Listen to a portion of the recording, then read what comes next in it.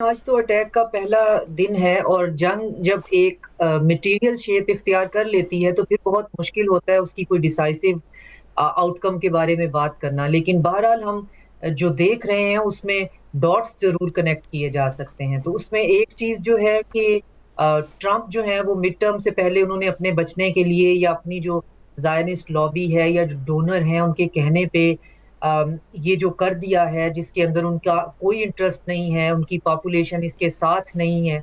मेरा ख़्याल है वो इम्पीच हो जाएँगे और ये उन्होंने बहुत उनके लिए सुइसाइडल होगा अपनी डोमेस्टिक जो है वो पॉलिटिकल स्फेयर में। और जहाँ तक फिर ये रीजन की बात है, तो रीजन में जो गल्फ़ कंट्रीज़ हैं उनके साथ उनकी ऑलरेडी अंडरस्टैंडिंग है कि चूँकि हम बहुत अरसा वेसल स्टेट्स रहे हैं और हमारे पास जो स्ट्रैटेजिक एसेट्स हैं यूएसए के, और अब एम्पायर ने डिसाइड किया है कि मैंने स्ट्रेच करना है और मूज़ और घोड़े की तरह स्ट्रेच करते हुँ, ही चले जाना है। तो हर एम्पायर हिस्ट्री में ऐसा करती है और एक सर्टेन टाइम के बाद वेसल स्टेट्स को ये समझ आ जाती है कि हमारी स्केपगोटिंग हो रही है और वो फिर अल्टरनेटिव जो है ना रास्तों पे निकल खड़े होते हैं, लेकिन बहुत खामोशी से।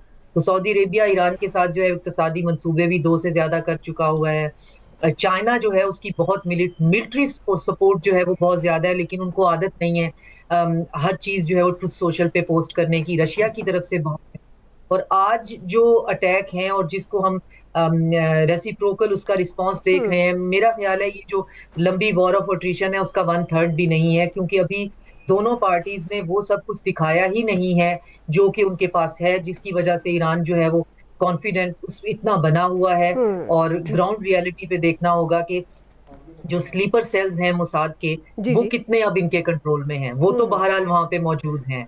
तो वो अगर इन जो ऑन ग्राउंड क्रिएट करते हैं प्रॉब्लम, तो वो भी फिर देखा जाएगा। और हुँ, साथ में हमें ये भी नहीं भूलना चाहिए कि नफ्ताली बेनेन जो हैं वो इस्राएली एक्स जी। प्राइम मिनिस्टर, वो बार-बार ये एक ही बात कर रहे हैं कि सुन्नी एक्सेस जो है, वो हुँ, मेरा अगला हदफ है और हमारे सबसे बड़े दुश्मन हैं तुर्की, सऊदी अरेबिया और न्यूक्लियर हुँ, पाकिस्तान।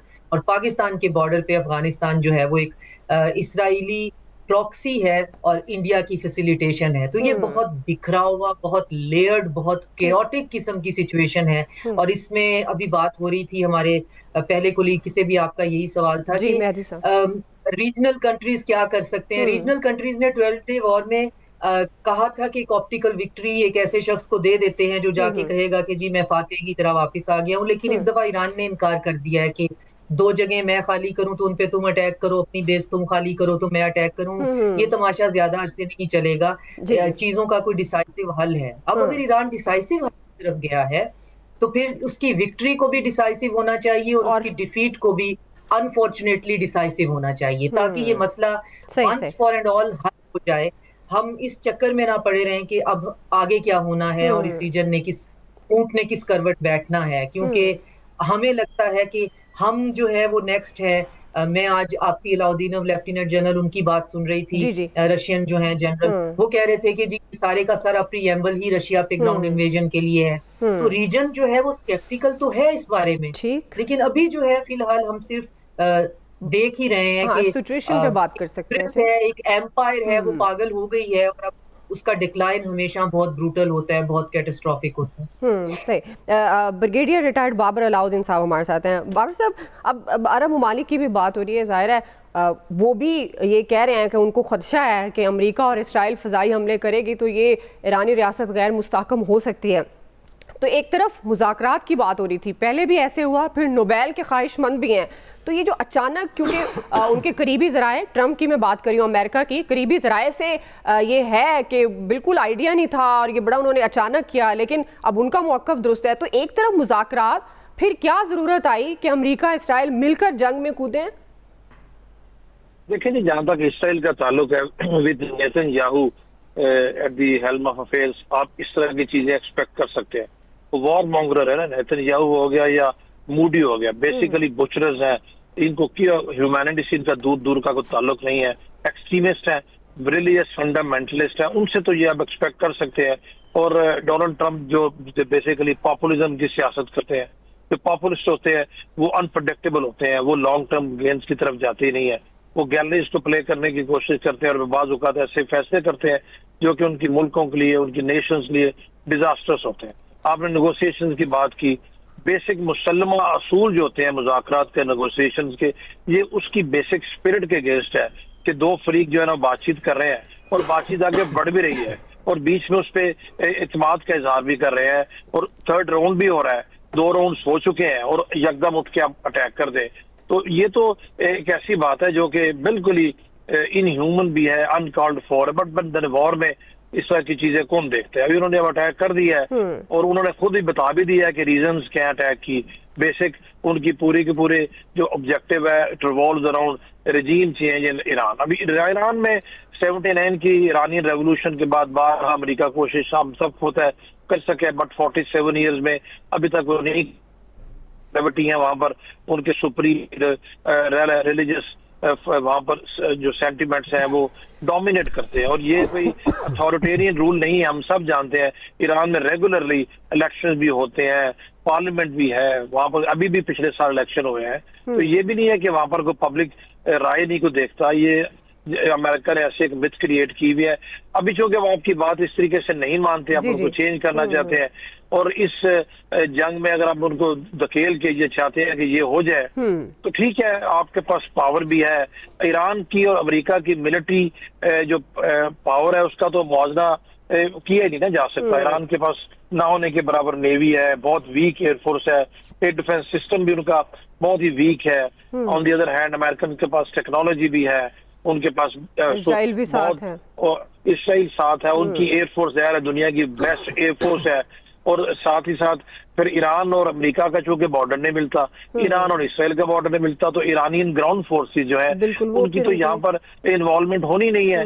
वो थोड़ी सी उनकी स्ट्रेंथ थी। आज आगे ईरान के पास बचते हैं उनके मिसाइल्स डेफिनेटली उनके पास है, शॉर्ट रेंज भी है, मीडियम रेंज भी है, लॉन्ग रेंज भी है, पर देखना पड़ेगा कि उनके स्टॉक फाइल्स कितने बड़े हैं, कितनी देर तक चल सकते हैं। और ईरानियंस के मिसाइल उनमें से एक अच्छी खासी बड़ी तादाद जो है वो तो न्यूट्रलाइज हो रही है थ्रू एयर डिफेंस सिस्टम। तो सारे के सारे अगर सिचुएशन को एनालाइज करें तो बहुत सारे इसमें इफ्स एंड बट्स है। मैं समझता हूँ ईरान चाहेगा कि जंग प्रोलॉन्ग हो और जो अमेरिका चाहेगा कि शॉर्ट लिव्ड हो। अभी ये ऑब्जेक्टिव से डिपेंड करता है, बट जब भी आपने करना है आपको ऑन ग्राउंड तो आना पड़ेगा फोर्सेस को। जब ऑन ग्राउंड आएंगे तो वो फिर एक रियल बैटल होगी। ईरानियंस की एक हिस्ट्री है, एक रेजिलिएंट नेशन है, उन सदियों पुरानी उनकी तारीख है, हम सब जानते हैं। जी जी, ये उस तरह का टारगेट नहीं है। हाँ ठीक है, मैं आपकी तरफ दोबारा भी आऊंगी। ज़ाहिर है जो आप रजीम चेंज की बात कर रहे हैं, क्या इस बार रजीम चेंज होगा या फिर मुज़ाकरात की ज़ाहिर है कोई ना कोई तो एंड होगा, इस पर हम आगे चल के बात करते हैं।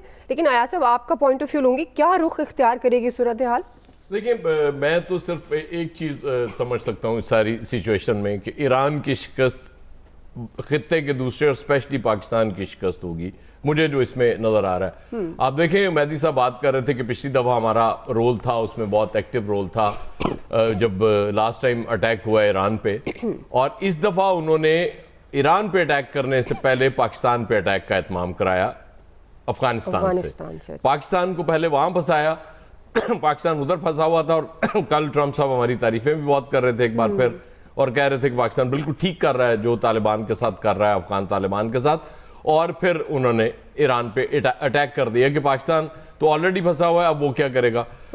इसहाक डार साहब ने अपने काउंटर पार्ट से ईरानी फॉरेन मिनिस्टर से बात करते हुए मजम्मत की, मुझे बड़ी तसल्ली हुई कि चलें पाकिस्तान ने कोई मतलब वो अभाम नहीं रखा इस हवाले से, क्योंकि अल्टीमेट गोल यही है। क्योंकि ईरान के देखें ना मुज़ाकरात कहाँ टूटते हैं जाके, एटमी प्रोग्राम वो कहते हैं जी कि हम तो बनाना ही नहीं चाहते एटमी हथियार, वो छोड़े आप उस पर किस तरफ आ रहे हैं। उसके बाद कहा जाता है कि नहीं आप मिसाइल बनाना भी छोड़ दें, वो भी आपको उसकी भी इजाजत नहीं। अब ईरान के पास मिसाइल के सिवा है क्या, और एक मुल्क अपने दिफा के लिए सिर्फ मिसाइल रखना चाह रहा है ना, लेकिन उसको भी आप कहते हैं कि नहीं वो भी नहीं तुम रख सकते। अब ये थ्रेट सिर्फ ईरान को नहीं है, ये पाकिस्तान को, इवन चाइना के मफादात को बुरी तरह ट्रंप हिट कर रहे हैं। वेनेजुएला की जैसे बात होती है, वेनेजुएला भी सबसे बड़ा सप्लायर था ऑयल का चाइना को, उसके बाद ईरान है। तो वो ट्रंप की मुझे ख्वाहिश लगती है, पिछले दौर में भी उन्होंने बड़ी कोशिश की कि किसी तरीके से चाइना को वो वॉर फ्रंट पे लेके आए, कि चाइना बराह रास्त आके जंग करे अमेरिका के साथ। लेकिन चाइना अभी तक वो आराम से बैठा हुआ है। तो चाइना को भी मेरा ख्याल अब थोड़ा सोचना चाहिए थोड़ा उधर ताइवान की तरफ तवज्जो करनी चाहिए और ये अमेरिका को मैसेज देना चाहिए कि जी अब वक्त आ गया कि हम ताइवान अपना वापस ले लें। बहरहाल ये खित्ते के लिए बहुत बुरी खबर है और मेरी ख्वाहिश है और दुआ भी है कि ईरान को शिकस्त ना हो, क्योंकि ईरान की शिकस्त में मैं पाकिस्तान की शिकस्त देख रहा हूँ। क्या स्टांस क्या होना चाहिए पाकिस्तान का अगर खुदा ना खास्ता ये प्रॉन्ग करता है? नहीं, पाकिस्तान का स्टांस तो बिल्कुल मुजम्मत कर दी हमने बस, और यही होना चाहिए। नहीं होना चाहिए कि जी खत्म होना चाहिए इसको। जाहिर है पाकिस्तान ने वो अपने आपको भी तो बचाना ना हमने। लेकिन अमेरिका के साथ जो रिसेंट ताल्लुकात थे उसको देखते हुए क्या पाकिस्तान इंटरवीन कर सकता है कि इस मामले को मुज़ाकरात की तरफ लाया जाए? देखें दुआ, ताल्लुकात मफादात पे मबनी होते हैं। जब तक हमारे मफादात अमेरिका के ताल्लुकात से सर्व होते रहेंगे वो ताल्लुकात हमारे लिए बहुत अच्छे हैं। लेकिन आपको पता चले कि जी अमेरिका तो इनफैक्ट इजराइल के थ्रू आप ही का अब तिया पांचा करने की तरफ चला हुआ है, तो फिर आपके ताल्लुकात कहाँ रह जाते हैं? सही। फिर आप खित्ते में चाइना को भी नाराज करें, रूस को भी नाराज करें और अमेरिका के इतने करीब चले जाएं, वो हमारे लिए पॉसिबल नहीं होगा। हमारे लिए यहाँ पे ये दो कुव्वतें मौजूद हैं कि जिनकी तरफ हम रजू कर सकते हैं, इसलिए हमारे लिए कोई ज्यादा टेंशन वाली बात नहीं होनी चाहिए। बहरहाल पॉलिसी मेकर्स सारी चीजें उनके सामने होंगी, उस हिसाब से पॉलिसी बना रहे होंगे। चलें ठीक है नाज़रीन, अभी इसी पर हम बात करें लेकिन क्विकली एक ब्रेक ले लेते हैं, ब्रेक से वापस आएंगे, इनसे कंटिन्यू करेंगे।